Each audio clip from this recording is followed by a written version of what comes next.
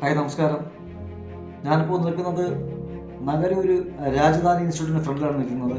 ഞാൻ കണ്ട ഒരു കാഴ്ച എന്ന് പറഞ്ഞാൽ അവിടെ ഒരു യുദ്ധവിമാനം നിൽപ്പുണ്ട്. പ്രത്യേകിച്ച് അവർക്ക് പഠിക്കാനുള്ള ഒരു ഐറ്റം എന്നാണ് ഞാൻ കരുതപ്പെടുന്നത്. അവർ റെഡിയാക്കിയതാണ്. അപ്പോൾ ഈ യുദ്ധവിമാനത്തെക്കുറിച്ച് ന്യൂസ് ചാനൽ വന്നു കഴിഞ്ഞാൽ അവരെങ്ങനെ പ്രതികരിക്കും, അല്ലെങ്കിൽ അവർ ഇതിനെക്കുറിച്ച് എങ്ങനെയാണ് അവർ കൗണ്ടർ പറയുന്നത് നമുക്ക് നോക്കാം. ന്യൂസ് ചാനൽ വരികയാണ്, നോക്കാം അവരെങ്ങനെയാണ് അവർ കൗണ്ടർ പറയുന്നത് നമുക്ക് ശ്രദ്ധിക്കാം. നമസ്കാരം. ഇവിടെ വന്നപ്പോഴാണ് ഞാൻ കണ്ടത് യുദ്ധവിമാനത്തെക്കുറിച്ച്. വളരെ ഭംഗിയുണ്ട്.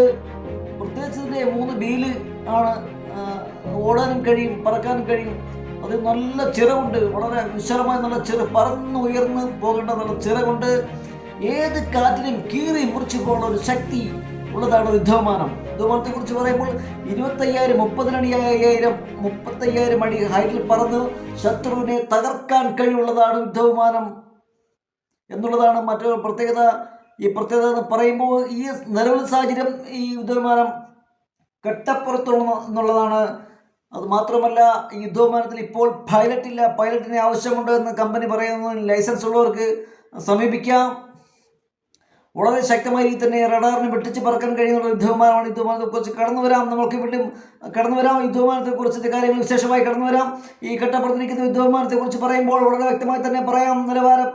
ഗുണനിലവാരമുള്ളതാണ്. മിസൈൽ കയറി ചെയ്യാൻ കഴിയുന്ന ഒരു യുദ്ധവിമാനമാണ്. യുദ്ധവിമാനത്തെക്കുറിച്ച് പറയുമ്പോൾ തന്നെ നമുക്ക് മനസ്സിലാക്കാൻ കഴിയും. ആകാശത്തെ കീറി മുറിച്ചുകൊണ്ട് പോകാൻ കഴിയുന്ന ഒരു യുദ്ധവിമാനമാണ്. യുദ്ധവിമാനത്തെക്കുറിച്ച് പറയുമ്പോൾ തന്നെ മനസ്സിലാക്കാൻ കഴിയുന്നത് 25,000-30,000 മുകൾ പറന്ന് കാറ്റിനെ കീറി മുറിച്ചുകൊണ്ട് പോകാൻ കഴിയുന്ന ഒരു യുദ്ധവിമാനത്തെക്കുറിച്ചാണ് നമ്മൾ കാണുന്നുകൊണ്ടിരിക്കുന്നത്.